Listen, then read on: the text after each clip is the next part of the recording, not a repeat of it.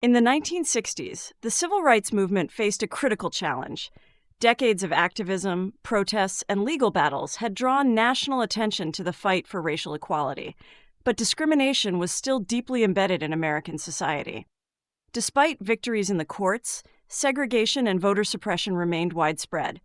Something had to change. The Civil Rights Act of 1964 was a landmark moment. After years of resistance in the South, President Lyndon B. Johnson signed the bill into law on the 2nd July 1964. The law banned segregation in public places: hotels, restaurants, cinemas, and schools. It made discrimination in employment illegal and gave the federal government the power to enforce desegregation.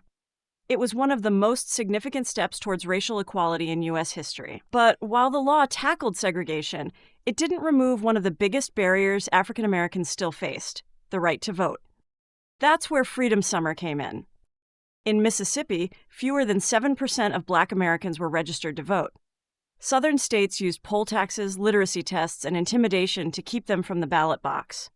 To fight this, civil rights groups, including SNCC, CORE, and the NAACP, launched Freedom Summer 1964, a campaign to help Black citizens register to vote.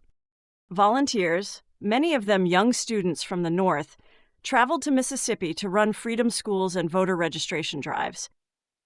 But the response from white supremacists was brutal.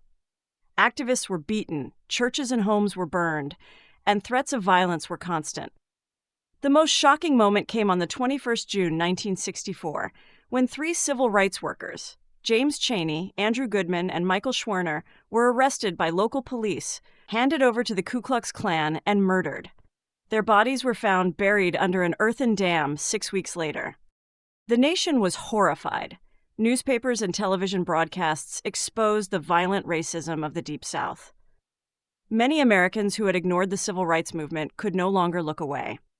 The murders of Chaney, Goodman, and Schwerner became a turning point, forcing the federal government to act. The following year, in March 1965, thousands of activists marched from Selma to Montgomery demanding voting rights.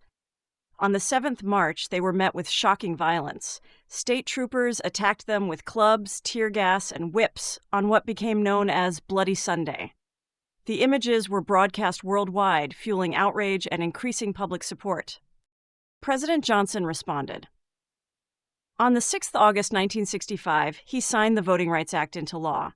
It banned literacy tests, placed federal officials in charge of voter registration, and ensured that no Black American could be denied the right to vote. The impact was immediate. By the end of 1965, 250,000 Black Americans had registered to vote. By 1968, that number had risen to nearly 1 million. These victories, the Civil Rights Act and the Voting Rights Act, transformed America.